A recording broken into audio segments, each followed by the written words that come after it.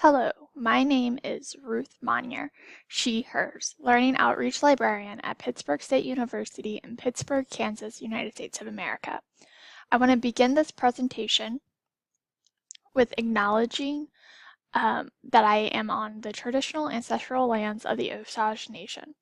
This process of knowing and acknowledging the land that I stand on is a way of honoring and expressing gratitude for the ancestral Osage people who were on this land before me. I encourage everyone to learn more about the Osage Nation using the link on this slide. Welcome to Starting OER Advocacy and Promotion. If you are new to the open education movement, it can be difficult to determine where to start. There is so much out there, and it can be overwhelming. Recently, Open Educational Resources, or OER, came under my purview as a librarian. I was new and trying to strategize my time and energy to best promote OER to our members. After talking to some other individuals on campus, I realized even though OER had been around and been utilized on campus, there are still many faculty, staff, and students who are unaware of what it is and how it could impact their lives. In this talk, I will discuss how I have begun promoting and advocating for OER, of course with the help of others. OER is a collaborative movement, not a solo journey. First, what is OER? OER, Open Educational Resources, typically has people thinking about textbooks. However, it is so much more than that. It includes videos, audio, PowerPoint slides, projects, rubrics, and music, just to name a few. OER takes down barriers to student learning because there's a lack of paywall. Knowledge is not hidden, it's openly available. This means instructors and students have the ability to reuse, revise, remix, redistribute, and retain materials due to these Creative Commons licensing. So advertising and promoting OER to other individuals. It's best always and more impactful when people put a name to a face. Cold calling doesn't always get results, just like cold emailing. However, it is an efficient way to communicate so that people are at least aware of it and aware of your ability to assist them. One-on-one conversations with faculty members or staff members or even students takes a lot of time and energy. If you want the most bang for your buck, that's sometimes not the best way to go. I do recommend it if you have that time available.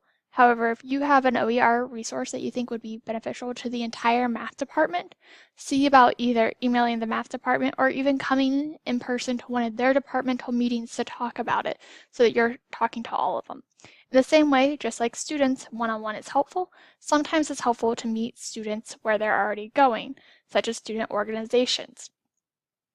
Here at our campus, we have something called Zero Textbook Costs, or ZTC. These courses do not require a textbook to be purchased. Rather, they use OER materials for the courses. Now, it's important to talk to the students about this when it matters to them. So not in the first week of classes when they've already scheduled for most of their things, but rather when they're scheduling for the future semester, so they can take that into consideration when they're working. Another way we have been successful here is by talking to pre-service educators. Pre-service educators typically are aware of things like teachers pay teachers, but they're not always familiar with OER Commons and other repository sites. So when we help them learn about OER, it can have a ripple effect because they'll then use it in their future classrooms and their students will learn more about it as well. Events are always helpful, so people have a chance to learn from others. So as you see here on the screen, we have two events.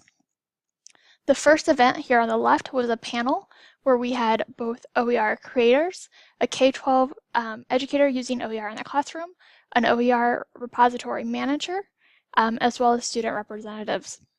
This allowed for people attending to hear the wide range of the OER lifecycle of materials and how that might impact them.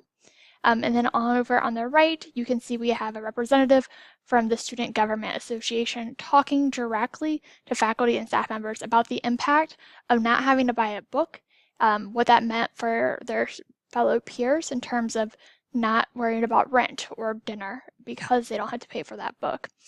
As you can see, we did use social media, as you see in this photo. Social media is important, obviously, for promoting your events so people attend and know about them. Also, it's important to do it during the event, so it's a reminder that it is occurring, but it's also really important to do it afterwards.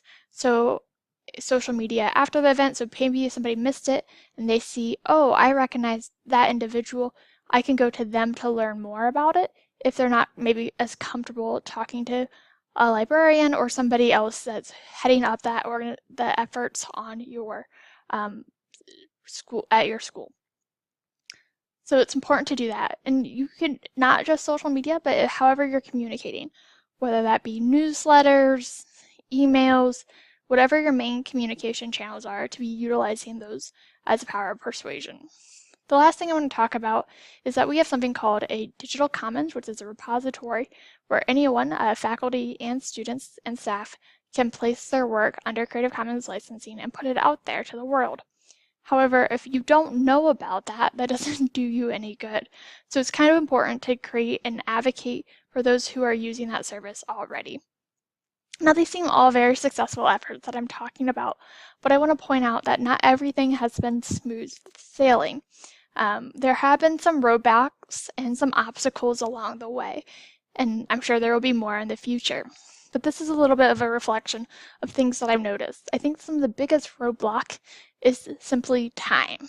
There's time constraint for me and my job. There's only so many hours in the day, particularly because OER is not my only responsibility and job duty. So it's important that I juggle this with my other responsibilities. It's also important that I keep an eye out for new repositories, or at least new to me repositories. If I know a faculty member is looking for a certain type of OER curriculum, to keep an eye out for that, as well as if I identify any gaps, if a faculty author might be able to author something in that work. So those are all important things to do in presenting it to other people internally, and that this is a mode of operation that's important to be utilizing. So that's the first roadblock with time. The second one is timing.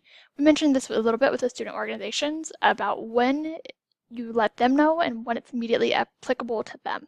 When it's applicable to them, it's immediately you use it.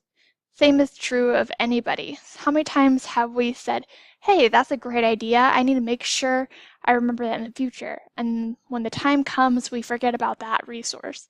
So it's important to recognize that your timing is going to be different than maybe faculty or students' timing, and to keep that in mind. So we select to do some constant but not overwhelming reminders to them about this opportunity to engage and have more open materials available.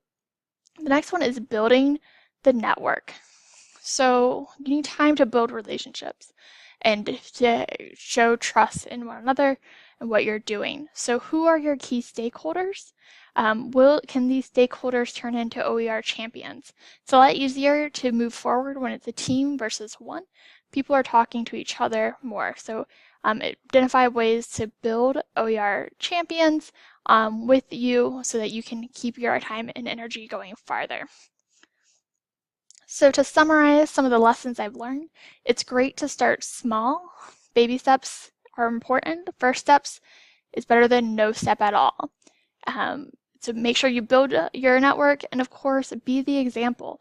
If you're advocating for people to use Creative Commons licensing, make sure that you put your own materials under a Creative Commons license, whether that be conference slides or classroom presentations. So practice what you're preaching. In conclusion, OER can make a big difference in someone's life. If they don't have to purchase a textbook, maybe now they have the textbook for the whole course. If an instructor has to teach a new course and a pandemic strikes, maybe they find a syllabus under Creative Commons license, and this saves some time in their course development.